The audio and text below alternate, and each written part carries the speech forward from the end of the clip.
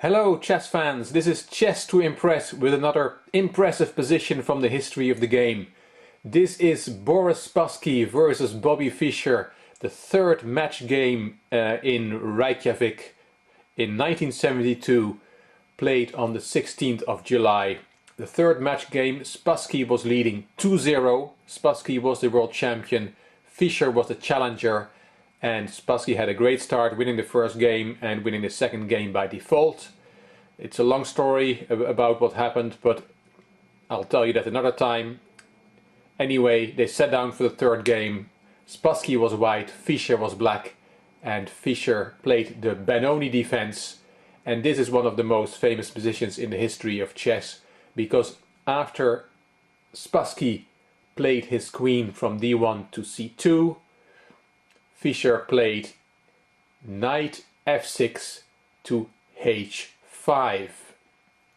A very surprising move that got everybody going, because he allows Spassky to take the knight, and after the recapture, the pawn formation on the king side for black looks like Swiss cheese, lots of holes in them. In those days, in 1972, this was a breakthrough idea to allow that for quick play, moving the queen can quickly come to h4, and of course black has the bishop pair. Let me give you a few quotes on this idea from Fischer. I start with Garry Kasparov in his series My Great Predecessors. He says, in the third game, Spassky knew how to respond to 11 knight h5 in the modern Benoni.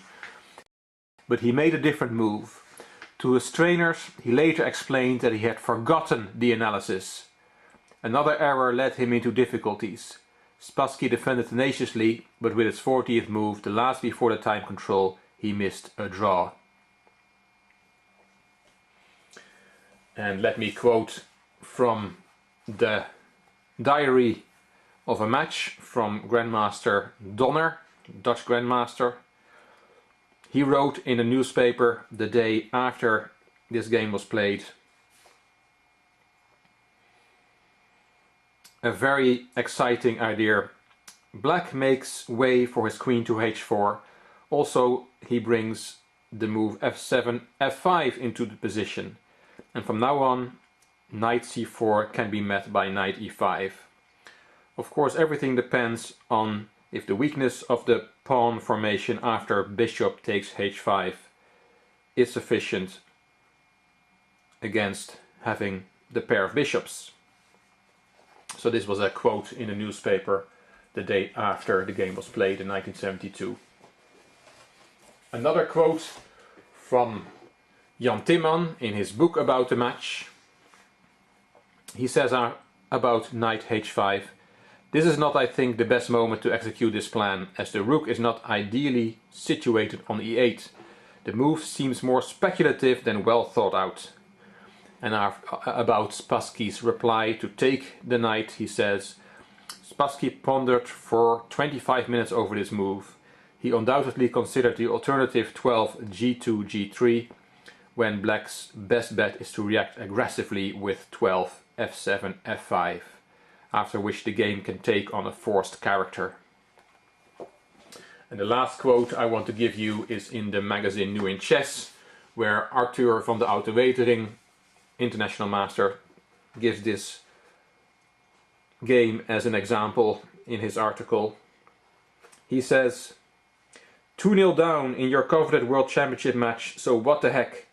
11 knight h5, and after bishop takes h5, g takes h5, black's pieces will flow easily to the king side. Spassky's timid reaction allowed black to equalize comfortably.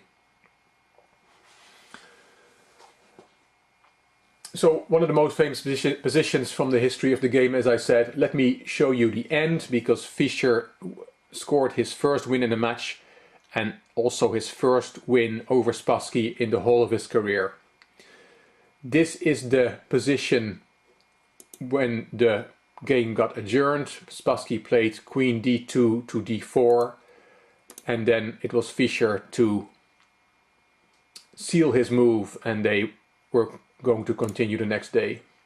The next day after Spassky saw the sealed move, which was the strongest move in the position, bishop f5 to d3 check, he then immediately resigned. If Spassky plays king e3, then queen d1 decides the game.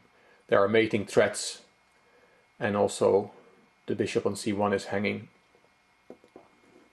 If Spassky would have played king e1, then Fischer just collects a second pawn. He's already a pawn up, but he can take the pawn on b4.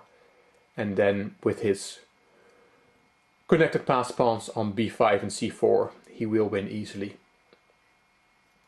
Hope you enjoyed this position, hope you liked it. If you did, please give it a thumbs up and please subscribe to my channel so that you get notified when I post my next video.